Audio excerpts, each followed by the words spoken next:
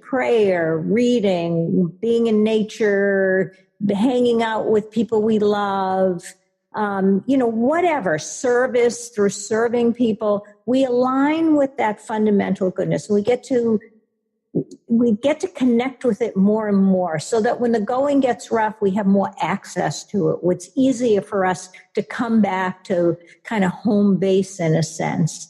And, so that we don't get so lost out in those, you said the word subpersonalities, which I identify as the emotions and the roles and beliefs that we get caught up in that separate us from that absolute goodness and that core nature that we all have. And this is a lifelong task. It's not like, I'm getting released from behind the bar. I'm going to get this. I'll read the book and have it all figured out in a week or something or whatever. This is a lifelong task. And that's why every day I get up and I meditate every day. That's my path up the mountain, because I know that in the days that I do that, I'm more, all the words I've been saying 100 times, more peaceful and calmer, less reactive, or I react, but I'm able to, rather than stay in that reacted state for the next 10 hours or the next 10 days, I'm able to see it more clearly. And maybe I only get caught up for 10 minutes or some shorter amount of time before I can see that there's another way of looking at the world. There's another way of looking at the world, and I can choose peace. I can choose love. I can choose a clarity that will help me move forward, be successful in terms of having the strength to go out and get employment, hold on to the employment, not have to turn to drugs when I'm feeling stressed, but I'm able to sit with my stress in a way that I have the stress rather than the stress having me. Robin, your book, Houses of Healing, is an incredible book. I urge everyone in prison and outside of prison to read it, read your book on forgiveness. And in closing, I just want to thank you, Robin, for being who you are and for everything that you do. And I know that everybody that watches this video, listens to your message today, that alone could start to change their life and to motivate them and inspire them to look at things different. You've done a beautiful job today, Robin. It's touched my heart, and I thank you for that. Is there anything at all that you might just say in closing that to the people who have been listening that might help them to move forward and have a better chance to live the kind of life that we've talked about today, that can be filled with love, happiness, and peace? Mm-hmm. Well, I have a golden rule, which runs counter to, it's not the biblical golden rule of do unto others as you would like them to do unto you, which of course is a good golden rule, great golden rule. But I have a golden rule of Houses of Healing. And that golden rule is be gentle with yourself.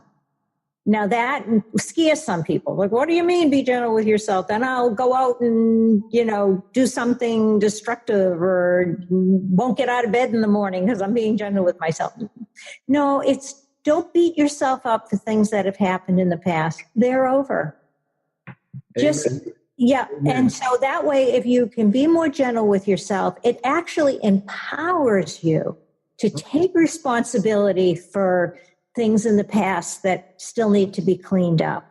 And it empowers you to say, okay, I'm a human being. I made mistakes. And now it's time to move on with my life. And without that gentleness, you can't, because you're your own jailer. You're beating yourself up. You don't need to be locked up. It's like you're locking yourself up. So be gentle with yourself. Have compassion for your humanness, for the choices that you've made in the past. When we make them, there's a reason we make them. But now there's a new awareness, and there are a lot of resources. And Right Thinking Foundation is an amazing foundation to bring you those resources, to introduce you to those resources. And just, one of my mottos is one foot in front of the other. I get up in the morning, there's two things I do. One is I meditate in the morning. And the second is I remind myself, just one foot in front of another. Okay, now I've aligned with myself. I'm not in charge.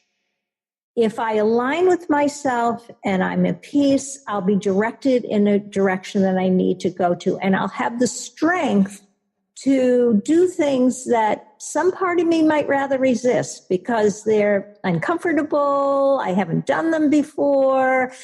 Oh, it's, this natural kind of resistance that comes up. I can't do it. I'm judging myself. So be gentle with yourself. Put one foot in front of another. Do things that help you align with yourself. And I know that if you do those things, the sky's the limit. And you can have a phenomenal life in the middle, a life of good relationships, of effective parenting, of peace in your heart when you sit down at the end of the day. That you can feel good about who you are as a human being, and share that light that is at the core of who you are.